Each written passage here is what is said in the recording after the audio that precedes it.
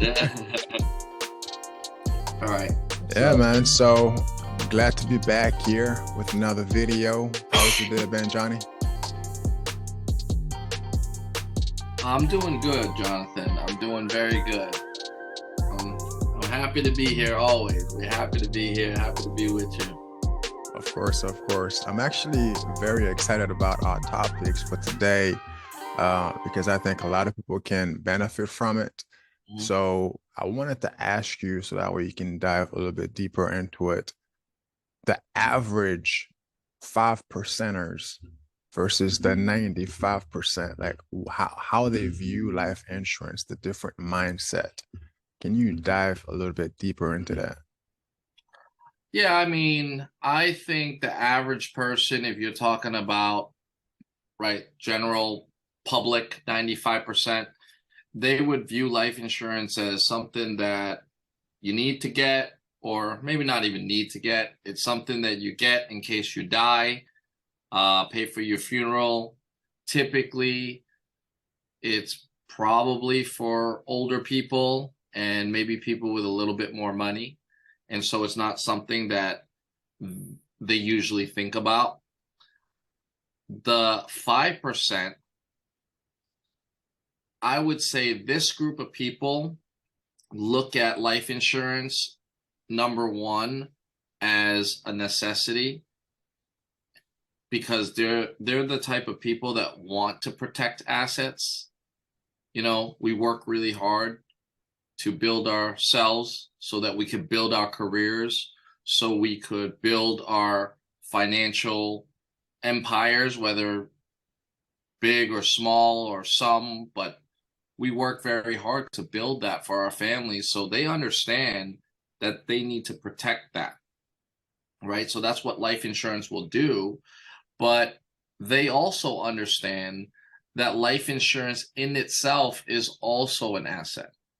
It's yes, if you die, it's going to take care of some final expenses, it's going to pay some bills and things like that. But if you plan your life insurance properly and if you buy the right type of whole life insurance is basically an asset. It's cash that you can buy at a discount, Hmm. right? So I think that's the difference on how the 95% general population will look at it versus 5%. They'll see it as an asset. So they're gonna want to purchase life insurance, set it up early, be able to make money, double, triple, quadruple, build interest, cash value, borrow against it.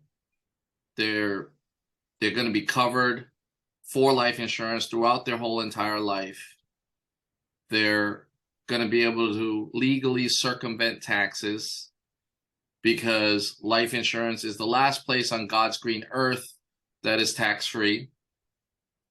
Um, and basically, they understand that you can get life insurance and it is the easiest way for anyone to start having an asset with no income verification, no credit checks, no 20%, 3.5%, 10%, 15% down payments. None of that you would need to have if you were buying real estate.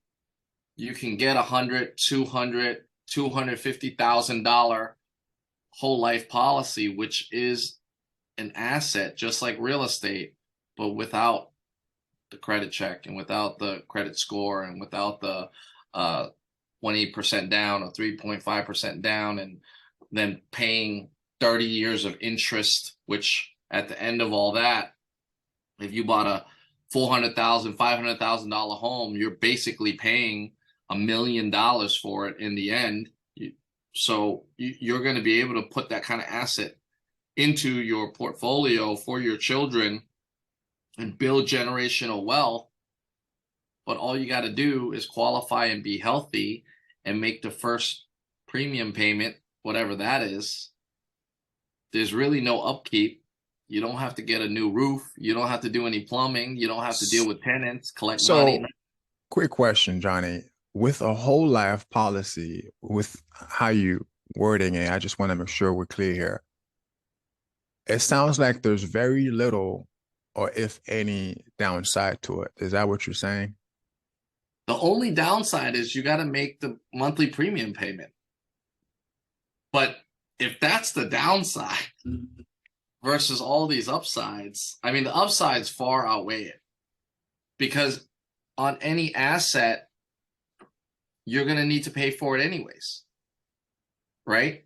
In much bigger chunks, or all of it in cash. And if not all in cash, then you're going to need to do some form of a loan, which is going to come with some hefty interest premium over the course of whatever that term is. Wow. That's Stocks, beautiful. real estate, all that. So that's my 2 cents on it. That's amazing. Well, thank you for sharing. Once again, we're always going to be on here just bringing as much value as possible, talking about life insurance and tips on entrepreneurship. If you have any questions, always leave it in the comment below, and just we'll see you next time. See you next time, guys.